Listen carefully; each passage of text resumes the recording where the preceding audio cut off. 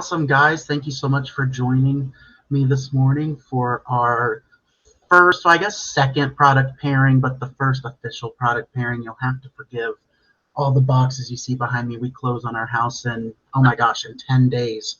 And I'll be gone for 5 of those for San Diego. So we are trying to get everything done. So let's just ignore the boxes. We had a little poll a couple of weeks ago asking what people would be most interested, what sector, what industry. And it was close, but digital retargeting had kind of came out on top. And I'm glad that people voted for that simply because that is a question we get a lot. How do I run ads online? How do I reach my contacts via social media, for instance? So what I'm going to do is introduce you to this really cool product that you probably haven't heard of called Facebook. Now, here's the thing. Facebook ads are probably the most dynamic, the tried and true method of reaching out to people in your database or people that are scored as very likely movers. And the most common question we get is, how do I do Facebook ads? Well, we'll go through, some other companies that can run these for you, as well as, Google, other ad platforms as well. We'll go through some of those, but the simplest way is doing it yourself, and it's actually easier than one would expect. Now, obviously, as with anything, it can get pretty in-depth and get a lot more specific on spending, etc. But if you want to try stuff yourself and maybe do a little small campaign for yourself, it's very easy to set up. So what we're going to show you here right now is just how that works. And what you'll notice is that everything's very intuitive. Facebook can keep it pretty simple to the point where it'll do everything for you.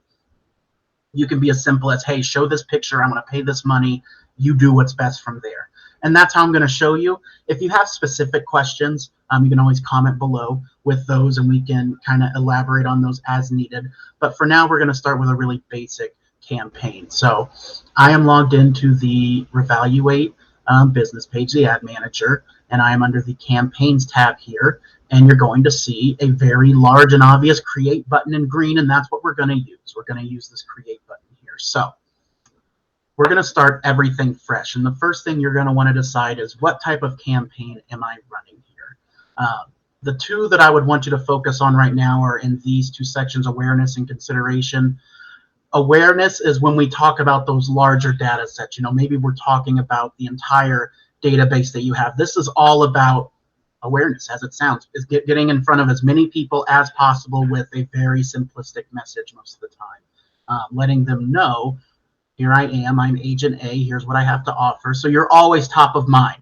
I wouldn't really recommend this type of campaign for your very likely mover list, but it would be great for your entire audience, just to kind of run something simple, maybe publish your page to them, let them see your Facebook page, just to keep associating Agent A real estate on their social media every time they see it. What we're going to focus on today, though, is very likely movers and targeting them specifically.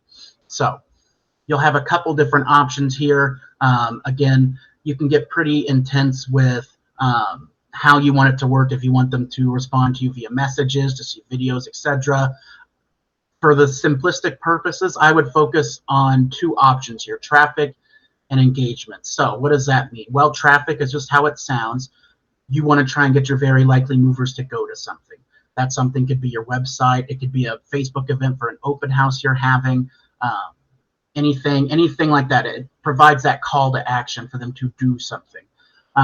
Engagement, a little bit different here. This is more trying to get people reacting, engaging, perhaps with your Facebook post. So maybe you made a really good post about a blog that you read, or had a really good post about a property that just went on the market. Something where you want to get people commenting, liking, engaging with that actual post. For now, I'm going to stick with traffic. Let's say we're trying to drive them to our website. So we're going to select traffic here. And this is where some people get a little, confused or a little bit overwhelmed, because you're going to see a bunch of different subsets. We're going to break this down really easily for you. So the ad is what you're actually going to see on Facebook. So this is where you'll be able to, when you're building the ad, you'll be able to put, what type of picture shows up, or the Facebook post that you're wanting to show up, the website you're wanting them to go to. That's where you're creating the actual ad. An ad set is a group of those ads. So perhaps you have 5 different ads that are just all a little bit different, or perhaps they go to different links, but you want them to go to the same audience. You want to spend $500 on those 5 ads total, split among those 5 ads. So the ad set helps you group those ads together.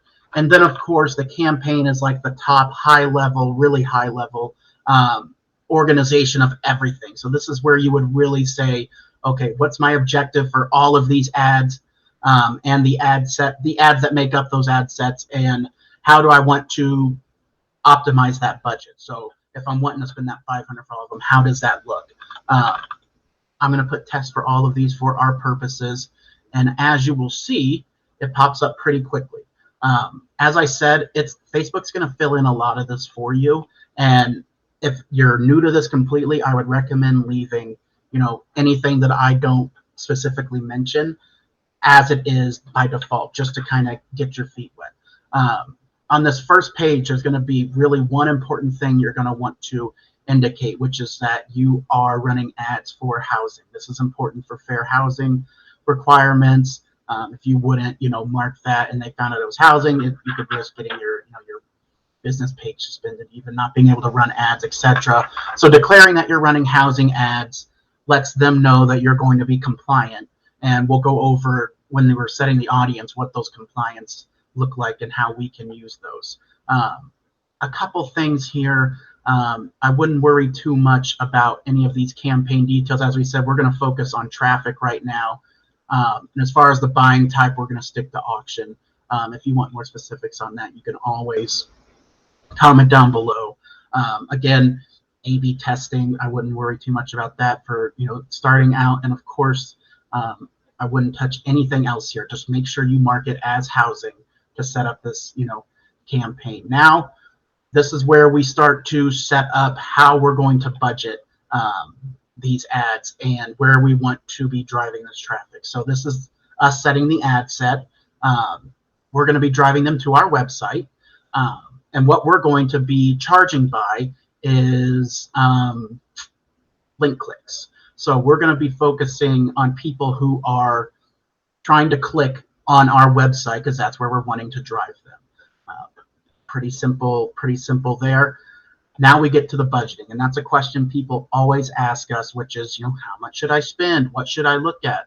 And I'm not going to give a precise number because I don't know what that precise number is. It's going to be different for every audience size. It's going to be different for every market you're looking at and for every person and their needs. So what's nice is you can set a pretty, basic budget and say, okay, over the next month, I want to spend $100. Okay. Over that month, you're going to spend $100. Facebook's going to, unless you tell it otherwise, it's going to spend it as efficiently as it can at the best times to reach the most people. But that 100 lets them know, hey, do not go over this point no matter what you do. Over that month, I only want to spend $100 at max. You can set that to whatever you want. You can set it to a daily budget as well. You can even get more specific. As I mentioned, there's a lot more specificity you can have with that. But again, keeping it simple for now, we're going to say we want to run $100 over the month for those ads, which, by the way, would be a very small amount, but for example purposes. Now the audience, who we're going to be targeting. Since we're running housing ads, we're not going to be able to do a lot of detailed targeting, and that was kind of the the big change when Facebook came through and changed how people could be targeted for housing. It really, really hurt a lot of companies who were already doing that, who were focusing on people based on, let's say, gender, age, or location. So now it's these more broad areas. Well, we have a way to create custom audiences. So that's what we're going to do. Who's that custom audience? Well, it's our customer list, aka our very likely mover list. So it's going to let you upload those contacts a number of ways. You can import from Mailchimp. So if you're already using Mailchimp, it allows you to do that. You can also download their file template, which is pretty close to how we download contacts anyways. So you'll be able to do that. And what you're going to do is just like with Revaluate, you're going to be uploading the list as a CSV. This little one here, I debated if I would talk too much about it. basically what this option is wanting to do is if we have some type of value on the customer, it can match that customer up to others that are lookalikes to them, which is a term for these ad targeting, lookalike to them on Facebook. So my thinking was we could use anyone who had a high Revaluate score as the value, and it would make lookalike audiences for you. That would basically, anyone who has a high Revaluate score and was successful for you for the ads, it would make a lookalike audience for you to run ads toward later.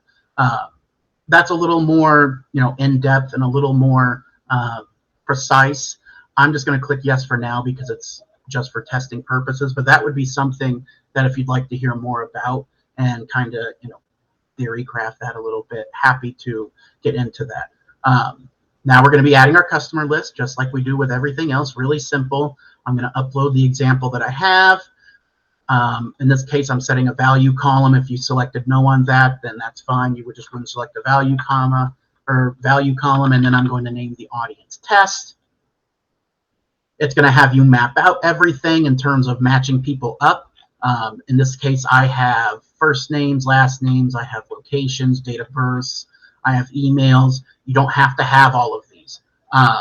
If you want to just use the emails, you can. If you have more pieces and you want to get specific, you can. Just make sure that you map these out to whatever sections you want them to identify. This is how it's going to match up your contacts to pages to be running the ads to. It's going to upload. It was a pretty small list, so it doesn't take too long. And that's it. The audience is ready. Oh, look at that. Siri's listening in. She's not hearing very well. Sorry about that. As you can see, the audience is in. I have my customer list, and we're almost done with setting up the ad set. There's going to be one more option, which is placements and how it's going to place the ads. Again, stick to the automatic placements, especially if you haven't done this before or aren't very experienced. For all Facebook does, they do know what's successful for the most part at a general basis, and I would leave it as such. So now we're to the final part, and I think it's the most fun part, which is building an ad. So you're going to have a little preview over here that's going to make it really easy. So I have my ad name as ad. I'm going to start crafting this. So what's the format I'm going to use for this ad for driving people? Do I want to have multiple images? You can get more specific and have full screen experiences, dynamic experiences. We're going to keep it simple for the sake of this demo, and we're going to add just a couple small pieces of media. So let's see. I'm going to add an image, and I'm going to use something really basic here. This giant piece of money. Is that what it is? Sure, let's use a giant piece of money. Everyone likes money, right? So we're going to upload that picture, allow enhancements. This is going to make the picture look a little bit better. You don't have to do that. And as you can see, it's starting to craft the ad right here in front of me, which is really awesome. You're going to see multiple placements. These placements are just how the ads look in different locations. Again, if you don't know how to specify this or change this, leave it up to Facebook. They're going to get it right. And as you'll see, as you are typing things in these spots, it'll show up over here in the ad in real time. So, hi there, Andrew. And you're going to see it pop up over there. So, primary text shows up right here, a headline, hey, click the money. And you're going to see it right there.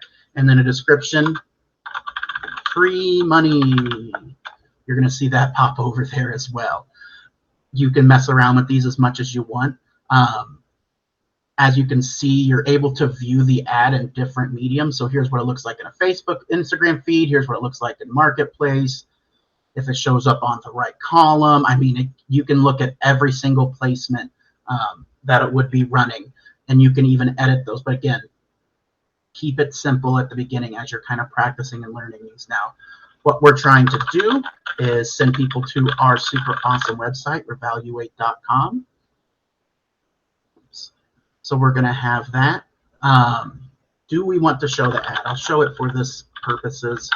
or show the link on the ad. I'll show it for this purpose, so people can see what link they're clicking on. Completely up to you if you want to put that. As you can see, it is optional. Call to action.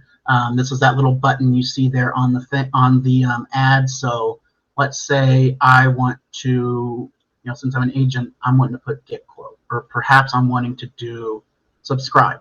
As you can see over there, as I change the buttons, it is changing with me. Really easy. Languages, if you live in an area where there are multiple languages spoken, obviously you can set up some translation there. And then I wouldn't touch too much of this. We have a pixel that we're able to use, etc. So wouldn't touch too much of that. And then you would just click publish. I'm not going to click publish because I'll get in trouble if I run an AMA group ad for everybody, right? But when you would click that, it would go through some potential format and make sure it's all compliant.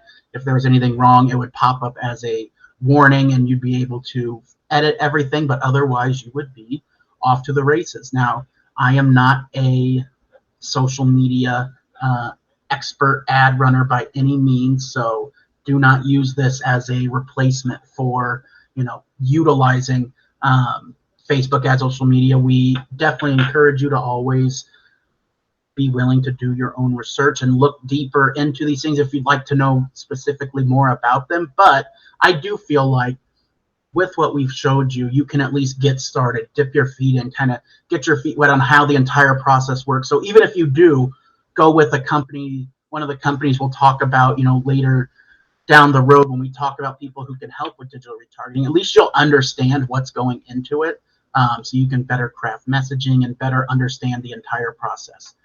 If you have any questions about any of this, you want us to get more specific, feel free to leave those comments below. We'll be running another poll to kind of talk about, to see what industry we want to focus on next. It looks like CRMs are of next interest. If that remains the case, our next product pairing will be chatting about a CRM that we integrate with. Chances are it'll be, if I had to guess, we're probably going to be looking at Sierra soon, because if you didn't see our most recent post, we are integrating into Sierra. It's our newest CRM. So I know we have a lot of Sierra users in here that love to hear that information. So that'll likely be what we talk about next, but let me know in the comments below any questions or any thoughts. We will see you guys soon. We'll be at NAR here for a week, so I don't know if Katrina's going to have us go live next week. We'll probably go later in the week after we've all recovered from their shenanigans, right? But it should be a fun time. If any of you are going to be at NAR, come say hi. Come meet us at the booth. Come get some cool swag. We'd love to see you. We'd love to talk to you.